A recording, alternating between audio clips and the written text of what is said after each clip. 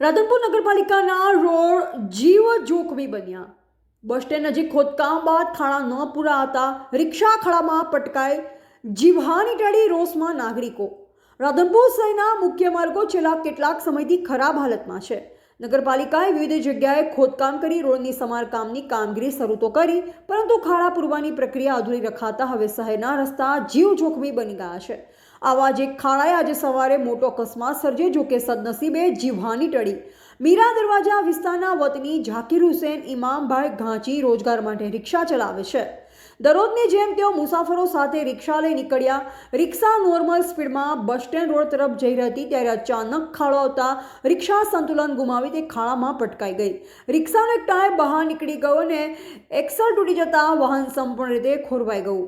ઝાકીર હુસેનભાઈએ જણાવ્યું, આ રસ્તો 2 દિવસ પહેલા નગરપાલિકાએ ખોદ્યો, પણ ખાડા પુરાયો નહોતો.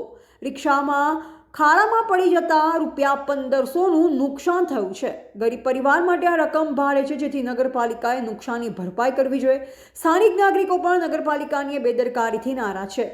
રહેવાસીઓએ જણાવ્યું કે રાધનપુરના રસ્તા નગરપાલિકાની લાપરવાહીનું પ્રતિબિંબ છે. રાત્રિ સમયે તો આ ખાડાઓમાં અકસ્માત થવાની સંભાવના વધારે છે. અનેકો વાર રજૂઆત છતાં નગરપાલિકા કોઈ કાર્યવાહી કરતી નથી. અન્ય નાગરિકોનો પણ એવો આક્ષેપ છે કે શહેરના અનેક વિસ્તારોમાં રોડ ખોદકામ પછી લાંબા સમય સુધી ખાડા પુરાતા નથી. બસ સ્ટેન્ડ વિસ્તાર, મીરા દરવાજા રોડ, મુખ્ય બજાર રોડ સહિત અનેક વિસ્તારોમાં આવી જ સ્થિતિ છે. આ ઘટના બાદ વોર્ડ નંબર 1ના નગરસેવિકા જયાબેન ઠાકોરે ફેસબુક પર પોસ્ટ કરી નગરપાલિકાની સ્થિતિ પર કટાક્ષ કર્યો.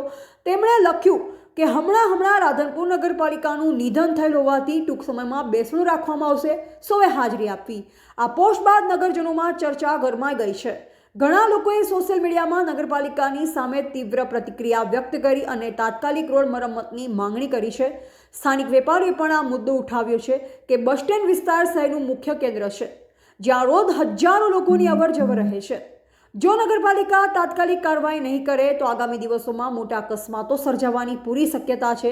રાધનપુર નગરપાલિકાની બેદરકારીના કારણે હવે લોકોમાં રોષ ફાટી નીકળ્યો છે.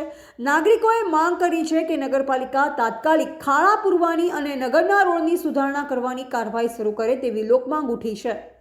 ધ ગુજરાત લાઈવ ન્યૂઝ સાથે ગોવાભાઈ આહિર, પાટણ.